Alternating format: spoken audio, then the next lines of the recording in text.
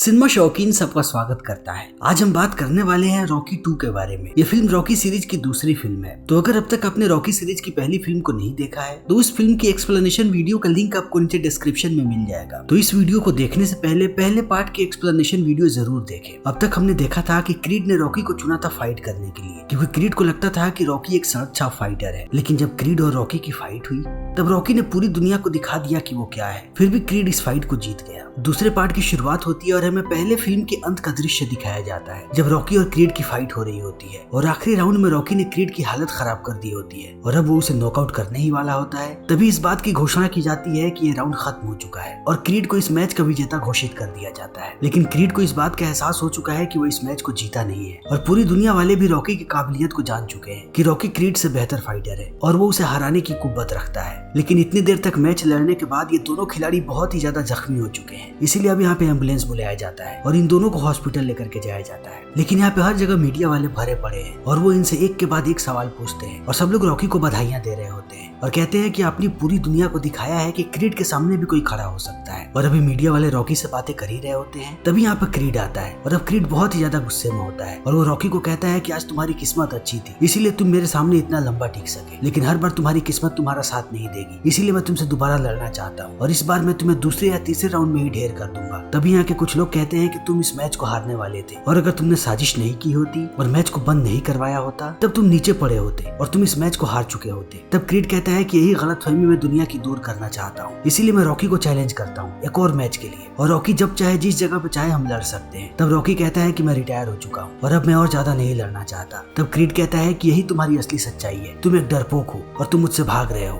क्योंकि तुम नहीं चाहते कि तुम्हारा मेरा दोबारा सामना हो, क्योंकि इस बार मैं तुम्हें कच्चा चबा जाऊंगा। लेकिन अब इन सारी बातों को सुनने के बाद इन दोनों को दूर कर दिया जाता है और अब इनका चेकअप होने लगता है और रॉकी के सर पे पट्टी लगती है और डॉक्टर यहाँ पे बताता है कि रॉकी अपने दाएं आंख को खो भी सकता था और बहुत मुश्किल से इसकी आंखों को बचाया गया है, लेकिन एक बार और इसकी आंखों पे चोट लगी तभी अंधा भी हो सकता है। और एड्रियन इस बात को सुनने के बाद बहुत ही ज्यादा परेशान हो जाती है और वो रॉकी से वादा करने के लिए कहती है कि वो दोबारा फाइट नहीं करेगा और रॉकी भी हाँ कह देता है। लेकिन रॉकी रात में पहुंचता है क्रीड के कमरे में और वो क्रीड से कहता है कि क्या तुम रिंग में अपनी पूरी ताकत लगा रहे थे और क्या तुम इसी तरीके से लड़ते हो? और क्रीड कहता है कि हाँ, मैंने तुम्हें हराने की पूरी कोशिश की। और इस बात को सुनने के बाद रॉकी बहुत खुश होता है क्योंकि रॉकी जानता है कि क्रीड कितना बेहतरीन फाइटर है। इसीलिए रॉकी इस बात को लेकर के आश्वस्त होना चाहता था कि क्रीड ने पूरी ताकत से उसका मुकाबला किया, फिर भी रॉकी उसके सामने खड़ा रहा और ये क्षण रॉकी के लिए बहुत ही अनोखा है। और अब ऐसे ही समय बीतने लगता है और थोड़े दिन के बाद रॉकी को यहाँ से डिस्चार्ज कर दिया जाता है। फिर जैसे ही रॉकी यहाँ से बाहर निकलता है, एक एडवर्टाइजिंग कंपनी वाले उसके पास आते हैं और कहते हैं कि हम आपके लिए बहुत सारा काम लाएंगे और हम आपसे बहुत सारी एड फिल्में करवाना चाहते हैं, इसीलिए आप हमारी कंपनी से जुड़िए और हम साल में कम से कम आपके लिए $1 लाख का बिजनेस लेकर के आएंगे। लेकिन रॉकी उतनी ज्यादा रुचि नहीं दिखाता और कहता है कि मैं आप लोगों को कॉल करूंगा और इतना कहने के बाद वो चला जाता है। और यहाँ से निकलते ही वो एड्रियन को लेकर के पहुंचता है एक चिड़ियाघर में और यहीं पे अब रॉकी एड्रियन को शादी के लिए पूछता है और एड्रियन भी हाँ कह देती है। इसीलिए अब रॉकी बिना वक्त गवाए एड्रियन से शादी कर लेता है और वो बहुत ही ज्यादा खुश होता है। इसीलिए वो अगले दिन अपने लिए एक शानदार गाड़ी खरीदता है। लेकिन एड्रियन ये सारी चीजें देख करके परेशान हो रही होती है और उसे लगता है कि रॉकी अपने सारे पैसे यूं ही खर्च कर लेगा। लेकिन रॉकी यहाँ पर भी नहीं रुकता और वो एड्रियन को तुरंत लेकर के जाता है ज्वेलरी शॉप में और वो यहाँ पे महंगी महंगी घड़ियां खरीदता है, एक एड्रियन के लिए, एक अपने लिए और एक पॉली के लिए। और उसके बाद वो अपने लिए एक शानदार घर खरीदता है और कहता है कि अब हम पुराने घर में नहीं रह सकते। और एड्रियन इन सारी चीजों को देख करके बहुत ही नर्वस हो रही होती है। तभी हम क्रीड को देखते हैं और क्रीड के पास एक से एक लोगों की चिट्ठियां आती हैं और सारे लोग क्रीड की बेइज्जती करते हैं और कहते हैं कि वो तुम्हें हराने वाला था, लेकिन तुमने अपने प्रमोटर को पैसे खिलाए और उन्हें कह के पहले मैच को बंद करवा दिया, वरना रॉकी तुम्हें नॉकआउट कर देता। और इन सारी बातों से अब क्रीड को बहुत ही ज्यादा गुस्सा आता है कि उसने अपनी पूरी जिंदगी में जितनी भी इज्जत कमाई थी उसकी सारी इज्जत अब मिट्टी में मिलती जा रही है। इसीलिए वो रॉकी से लड़ने के लिए बेताब हो रहा होता है। और दूसरी तरफ रॉकी को एहसास होता है कि उसके पैसे खत्म हो रहे हैं, इसीलिए वो जाता है एड एजेंसी के पास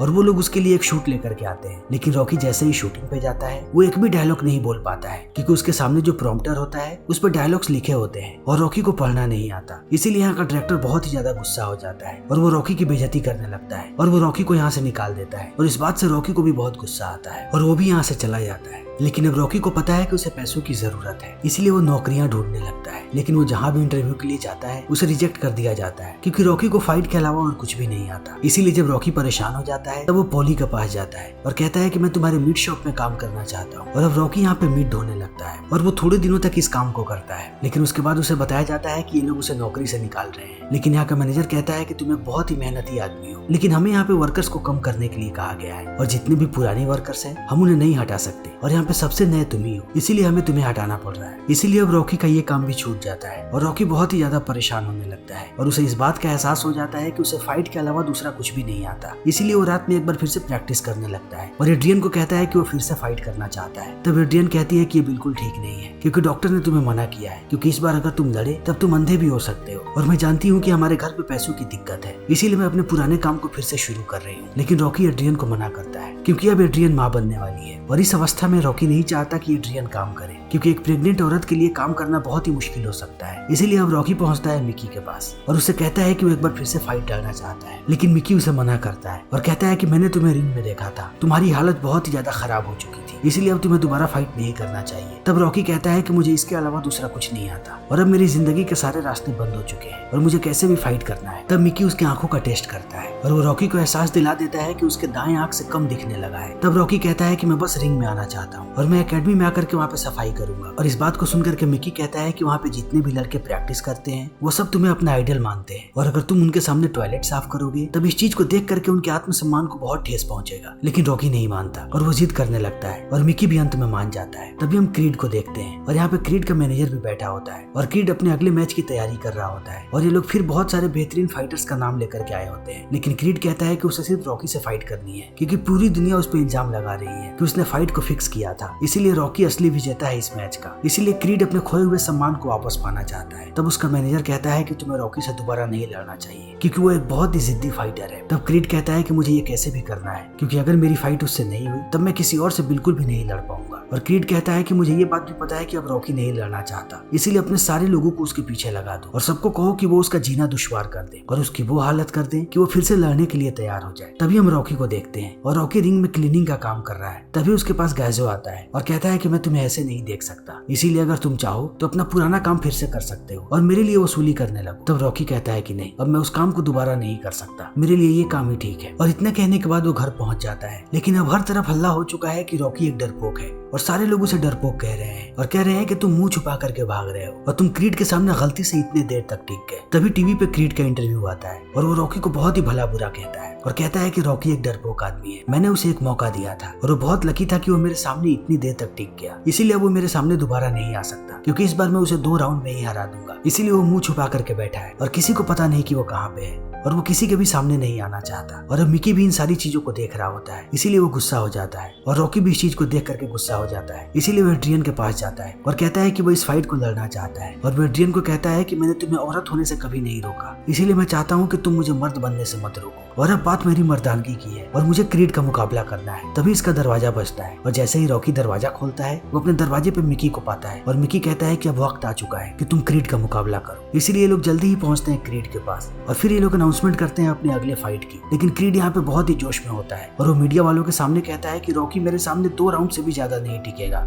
और वो सिर्फ ऐसे ही भड़काऊ बातें कहता है। लेकिन जब मीडिया वाले रॉकी से बात करते हैं तब रॉकी कहता है कि मैं बहुत खुश हूँ, क्योंकि ये फाइट फिलाडेल्फिया में ही होने वाला है और वो मेरे घर से सिर्फ 10 मिनट की दूरी पे है। फिर मीडिया वाले पूछते हैं कि आप इतने पैसों का क्या करेंगे? तब वो कहता है कि मैं अपने घर की EMI भरूंगा, बिजली का बिल भरूंगा और पानी का बिल भरूंगा। तब सारे लोग हंसते हैं, क्योंकि रॉकी यहाँ पे क्रीड की तरह गुस्से में नहीं होता, बल्कि वो खुश और शांत होता है। इसीलिए मिकी और रॉकी पहुंचते हैं घर। तब मिकी रॉकी की फाइट की वीडियो दिखाता है और वो बताता है कि क्रीड कितना शातिर फाइटर है और इस बार वो बहुत ही ज्यादा तैयारी करके आएगा, क्योंकि वो जानता है कि तुम साउथ को, इसीलिए तुम्हें उसे सरप्राइज करना है और तुम शुरुआत में सिर्फ अपने दाहिने हाथ से लड़ोगे और मैं तुम्हें बताऊंगा कि तुम्हें अपने बाएं हाथ का कब इस्तेमाल करना है, तभी तुम कहीं क्रीड का मुकाबला कर पाओगे, क्योंकि इस बार तुम्हें बहुत ही ज्यादा मेहनत करनी है, क्योंकि क्रीड बहुत ही ज्यादा तैयारी के साथ आएगा। इसीलिए अगले दिन से रॉकी की प्रैक्टिस शुरू हो जाती है और माइक कहता है कि तुम बहुत ही ढीले हो चुके हो, इसीलिए वो उसके सामने एक मुर्गे को छोड़ता है और कहता है कि तुम्हें इसे पकड़ना है और रॉकी प्रैक्टिस करने लगता है। लेकिन रॉकी बहुत ही ढीला नजर आता है और इस चीज को देखने के बाद अब माइक टेंशन में आने लगता है। और दूसरी तरफ हम क्रीड को देखते हैं। क्रीड अपनी पूरी ताकत लगा रहा है और क्रीड बहुत ही बेहतरीन तरीके से प्रैक्टिस कर रहा है। लेकिन दूसरी तरफ रॉकी दिन प्रतिदिन और भी ढीला होते जा रहा है, इसीलिए मिकी उस पर हर वक्त चिल्लाते रहता है और कहता है कि तुम अंदर से खत्म होते जा रहे हो और इस तरीके से तुम क्रीड के सामने 1 राउंड भी नहीं टिक पाओगे। और जब पॉली रॉकी से मिलने आता है तब वो भी रॉकी के इस रवैये को देख लेता है, इसीलिए पॉली समझ जाता है कि ये सब कुछ एड्रियन की वजह से है, क्योंकि एड्रियन रॉकी को मना कर रही है फाइट करने से। इसीलिए वो एड्रियन के पास आता है और उस पर गुस्सा करने लगता है। तब एड्रियन कहती है कि मैं रॉकी से प्यार करती हूँ और मैं नहीं चाहती कि वो रिंग में जाए और अपनी आंख को खो दे। तब पॉली कहता है कि तुम उसे ऐसे भी चोट दे रही हो क्योंकि वो हर रोज वहाँ पे मर रहा है और तुम्हारी वजह से वो मर जाएगा क्योंकि वो बिना प्रैक्टिस के रिंग में चला जाएगा। और अब इनकी बातें चल ही रही होती है, तभी एड्रियन के पेट में दर्द होने लगता है और पॉली उसे लेकर के हॉस्पिटल जाता है। तभी हम रॉकी को देखते हैं और अब मिकी उस पर बहुत ही ज्यादा चिल्ला रहा होता है और कहता है कि तुम वो रॉकी नहीं हो जिसे मैं जानता था और तुम दिन प्रतिदिन बद से बदतर होते जा रहे हो और तुम्हारे में से वो बात ही खत्म हो गई है। और अभी इनकी बात चली रही होती है, तभी एक आदमी यहाँ पे आकर के रॉकी को बताता है कि एड्रियन हॉस्पिटलाइज हो चुकी है। इसीलिए अब रॉकी भागता हुआ पहुंचता है हॉस्पिटल में और डॉक्टर उसे बताता है कि एड्रियन ने एक बेटे को जन्म दिया है, लेकिन इस लड़के की पैदाइश वक्त से पहले हो गई है और यह इसलिए हुआ है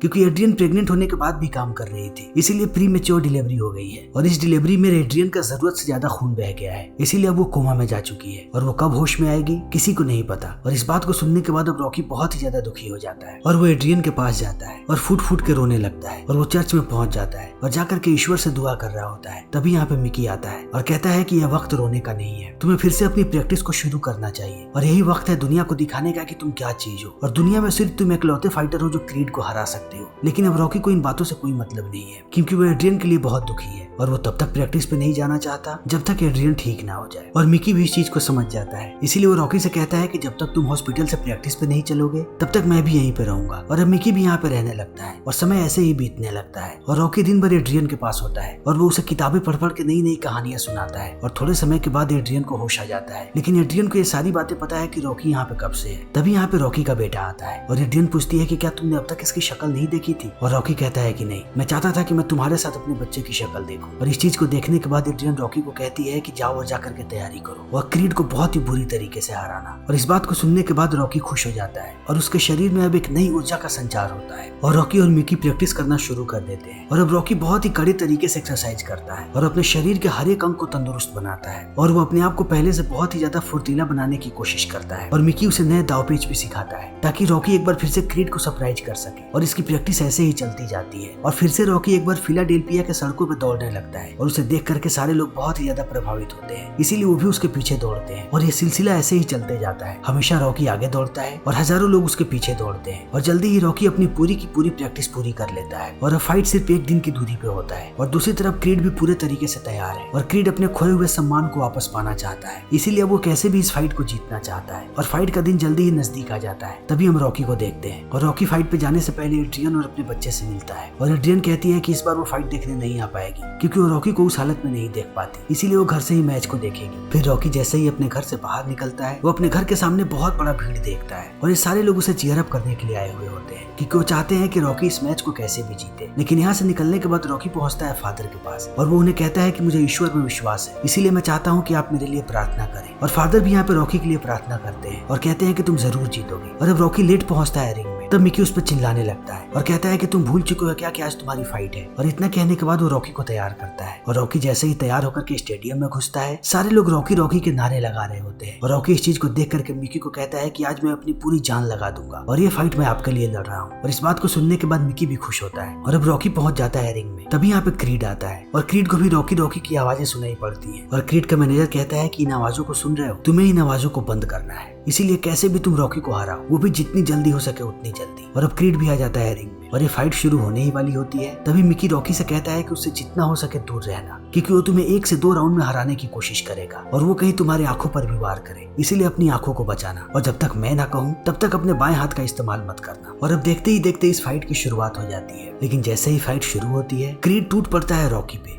और वो उस पे मुक्कों की बारिश करने लगता है। जब तक रॉकी संभलता तब तक वो उसे 20-30 मुक्के मार देता है और रॉकी की हालत खराब होने लगती है। रॉकी बार बार अपने आप को बचाने की कोशिश करता है लेकिन क्रीड उसे बार बार पीटते रहता है और रॉकी यहाँ पे दाएं हाथ से लड़ रहा होता है, इसीलिए ये बात लोगों को समझ में नहीं आती और खास करके क्रीड को, क्योंकि क्रीड अभी जीत रहा होता है, इसीलिए वो इस चीज पे ध्यान नहीं देता और वो रॉकी को ऐसे ही पीटते रहता है और जल्दी ही वो उसे नीचे गिरा देता है। तब क्रीड का कोच आता है उसके पास और कहता है कि तुम्हें संभल करके रहना चाहिए क्योंकि रॉकी जरूर कुछ सोच रहा है और वो अपने दाएं हाथ से लड़ रहा है और वो बहुत ही खतरनाक साबित हो सकता है। तब क्रीड कहता है कि मैं जल्दी उसे धूल चटाने वाला हूँ। तभी हम मिकी को देखते हैं जो रॉकी के पास जाता है। तब रॉकी उससे कहता है कि क्रीड बहुत ही ज्यादा जोश में है और वो एक बहुत ही बेहतरीन फाइटर है। तब मिकी कहता है कि वो तुम्हारे सामने कुछ भी नहीं है, तुम बस अपने आंख को बचा करके रखो। और एक बार फिर से ये लड़ाई शुरू हो जाती है और क्रीड एक बार फिर से टूट पड़ता है रॉकी पे और वो फिर उस पे मुक्कों की बारिश करने लगता है और वो उसे मारता मारता फिर से एक बार नीचे गिरा देता है। लेकिन थोड़ी देर के बाद रॉकी उठ खड़ा होता है लेकिन अपोलो उसे फिर से मारता है और जब रॉकी लड़ खड़ाने लगता है तब वो चिल्ला चिल्ला करके कहने लगता है कि देखो यही है रॉकी की सच्चाई और ये मेरे सामने कुछ भी नहीं है, ये बस एक सड़क छाप खिलाड़ी है। और इतना कहने के बाद वो रॉकी के साथ मजाक करने लगता है और इस चीज को देखने के बाद अब रॉकी को भी गुस्सा आ जाता है। इसीलिए रॉकी भी टूट पड़ता है क्रीड पे और इनके बीच अब घमासान लड़ाई होने लगती है और एक के बाद एक राउंड ऐसे ही निकलते जाता है। जैसे ही क्रीड रॉकी को मारता है, रॉकी भी क्रीड को मारता है और इनके बीच ऐसे ही ये लड़ाई होती रहती है और एक के बाद एक राउंड ऐसे ही निकलने लगता है और दोनों की हालत खराब हो जाती है। क्रीड बार बार रॉकी के चेहरे पे मारता है और दूसरी तरफ रॉकी को जब भी मौका मिलता है वो क्रीड की पसलियों पे मारता है, क्योंकि वो जानता है कि क्रीड की पसलियां कमजोर है। और अब देखते ही देखते 12वें राउंड तक इन दोनों की हालत खराब हो जाती है और ये दोनों नई नई स्ट्रेटेजीज का इस्तेमाल करने लगते हैं। तब क्रीड का मैनेजर उसके पास आता है और वो कहता है कि तुम रॉकी से दूर रहो, क्योंकि वो समय दर समय खतरनाक होते जा रहा है। लेकिन क्रीड इन बातों को नहीं सुनता और जैसे ही अगले राउंड की शुरुआत होती है, क्रीड एक बार फिर से टूट पड़ता है रॉकी पे और वो रॉकी पे मुक्कों की बारिश करने लगता है। और अब यहाँ पे रॉकी को सारी चीजें धुंधली नजर आने लगती हैं। लेकिन रॉकी फिर भी क्रीड का मुकाबला करने की कोशिश करता है, लेकिन वो बहुत ही बुरी तरीके से थक चुका है। लेकिन क्रीड में अभी भी ताकत बची हुई है, इसलिए वो रॉकी को फिर से पीटने लगता है और रॉकी बार बार इसे मारने की कोशिश करता है, लेकिन अब उसका सारा वार खाली जाने लगता है और देखते ही देखते 14वां राउंड भी समाप्त हो जाता है और अब इस खेल का सिर्फ आखिरी राउंड बचा है। इसीलिए अब क्रीड का कोच आता है उसके पास और कहता है कि अब भूल से भी रॉकी के पास मत जाना, क्योंकि अगर तुम इस राउंड में सिर्फ खड़े रह गए तब भी तुम इस मैच को जीत जाओगे, लेकिन अगर तुम रॉकी के पास गए और उसने तुम्हें नॉकआउट कर दिया तब तुम इस मैच को हार जाओगे, इसीलिए उससे दूर रहो। तभी हम रॉकी को देखते हैं और यहाँ पे मैच रेफरी आता है और कहता है कि मुझे लग रहा है कि तुम अच्छे से नहीं देख पा रहे हो, इसीलिए अगर तुम एक बार फिर से लड़ खड़ाए तब मैं इस मैच को बंद कर दूंगा। तभी यहाँ पे मिकी आता है और कहता है कि मुझे पता है कि तुम्हारी हालत खराब हो चुकी है और अब रिंग में कुछ भी हो सकता है, इसीलिए मैं इस मैच को बंद करवा रहा हूँ। तब रॉकी कहता है कि नहीं, मैं अपनी अंतिम सांस तक यहाँ पे लड़ना चाहता हूँ। तब मिकी कहता है कि अब तुम अपना जलवा दिखाओ और अब तुम अपने बाएं हाथ का इस्तेमाल करो। और अब आखिरी राउंड की शुरुआत हो जाती है और फिर से क्रीड एक बार रॉकी को मारने लगता है और रॉकी कॉर्नर पे चला जाता है, लेकिन रॉकी सिर्फ अपने समय का इंतजार कर रहा होता है। और जैसे ही क्रीड उसके पास आता है, रॉकी अपने बाएं हाथ का इस्तेमाल करना शुरू कर देता है और वो एक के बाद एक क्रीड पे मुक्के बरसाने लगता है और इससे क्रीड की हालत खराब होने लगती है और सारे लोग इस चीज को देख करके चौंक जाते हैं कि रॉकी एक बार फिर से अपने बाएं हाथ का इस्तेमाल कर रहा है। इसीलिए अब क्रीड भी रॉकी को मारता है, लेकिन उससे ज्यादा ताकत के साथ रॉकी क्रीड को मारता है और अंत में रॉकी एक जोरदार पंच मारता है क्रीड को और क्रीड नीचे गिरने लगता है, लेकिन उसके साथ साथ रॉकी भी नीचे गिर जाता है। और अब रेफरी यहाँ पे काउंटिंग करने लगता है और 10 गिनने तक जो पहले खड़ा हो जाएगा वो इस मैच का विनर होगा। और अब दोनों खड़े होने की कोशिश करने लगते हैं और क्रीड पहले ऊपर चला जाता है, लेकिन ऊपर जाने के बाद वो थम से नीचे गिर जाता है और रॉकी अभी भी ऊपर होता है, इसीलिए रॉकी को इस मैच का विजेता घोषित कर दिया जाता है। और अब रॉकी नया हैवीवेट चैंपियन है। लेकिन रॉकी जाता है अब क्रीड के पास और उसका शुक्रिया अदा करता है और कहता है कि तुम एक बहुत ही बेहतरीन फाइटर हो। फिर रॉकी सबका शुक्रिया अदा करने लगता है। वो अपनी पत्नी का शुक्रिया अदा करता है, वो मिकी का शुक्रिया अदा करता है और वो फिर से अपोलो का शुक्रिया अदा करता है कि उसने उसे ये मौका दिया, वरना वो आज यहाँ पे नहीं होता। और इसी के साथ ये फिल्म यहीं पे खत्म हो जाती है। तो दोस्तों, हमारी आज की ये वीडियो यहीं पे खत्म होती है। अगर आपको हमारी ये वीडियो पसंद आई हो तो इसे लाइक करें, शेयर करें और चैनल को सब्सक्राइब करें। Thank you.